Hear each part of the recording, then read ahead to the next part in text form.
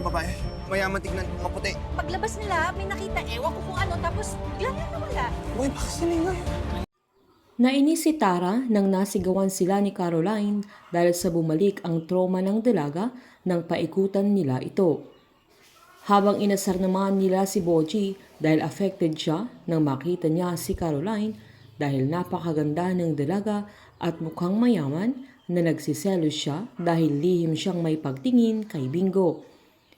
Giniit pa ni Tara na kailangan nilang gumanti kay Caroline na nagawa pa niyang sabunutan si Cory, sabay sinabing ganun ang gagawin niya kay Caroline. Sa paglabas naman ng dalaga sa building nila ay hindi niya alam kung saan siya pupunta hanggang mapansin siya ng aling nagtitinda ng mga candy na paikot-ikot ang dalaga sa harapan niya. Tinanong niya ang dalaga kung may kailangan siya or bibili ng candy na paninda niya pero giniit naman ni Caroline na hindi siya bibili. Nang umalis na siya ay nagulat siya nang kinalabit siya ng babae sabay may inabot sa kamay ng dalaga at sinabing libre na yon.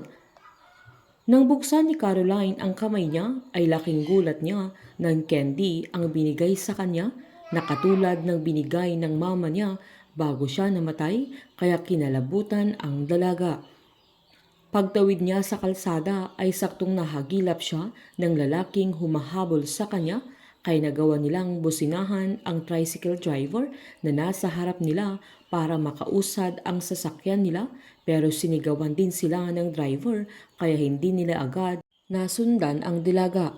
Dali-dali namang umuwi sila Bingo kasama si Snow para hanapin si Caroline pero wala siya doon kaya inikot nila lahat ng floor sa building nila pero wala pa rin ang dalaga kaya sobrang nag-alala si Bingo lalo't sinabi ng kalugar nila na may naghahanap sa kanya na isang babaeng maputi kaya agad-agad silang lumabas sa compound nila at hinanap nila ang dalaga. Habang sa pag-uwi naman nila Wilson mula sa bahay ng mga yaw ay agad niyang sinaktan si Charleston dahil sa ginawa niya kay Edward na puno ang pasa sa kanyang mukha pero inawat siya ni Cindy. Hindi lumaban ang binata pero nang ilaglag ni Charleston ang mga larawan sa harapan ng mag-asawa ay nagulat sila Cindy at Wilson nang makita ang mga larawan nila Edward at Liv na naghahalikan. Kaya natulala ang mag-asawa na hindi sila makapaniwala sa mga nakikita nila. Si Charleston lang ang naniwala kay Caroline tungkol sa sinabi niyang relasyon nila Edward at Liv. Pinatulayan ng binata na hindi sinungaling ang kapatid niya dahil wala ng ibang ginawa sila Cindy, Bettina at Irene kundi pahirapan at takwil si Caroline. Dahil sa bagay na yun ay si Caroline ang pagkakatiwalaan ni Wilson sa GLC lalo na kapag napatunayan nilang totoo ang sinasabi ni Caroline na pinakidnap siya ni Irene. Bago pa makita ng mga kidnapper si Caroline ay makikita na siya ni Bingo na magagawa niya itong yakapin ng napakahigpit.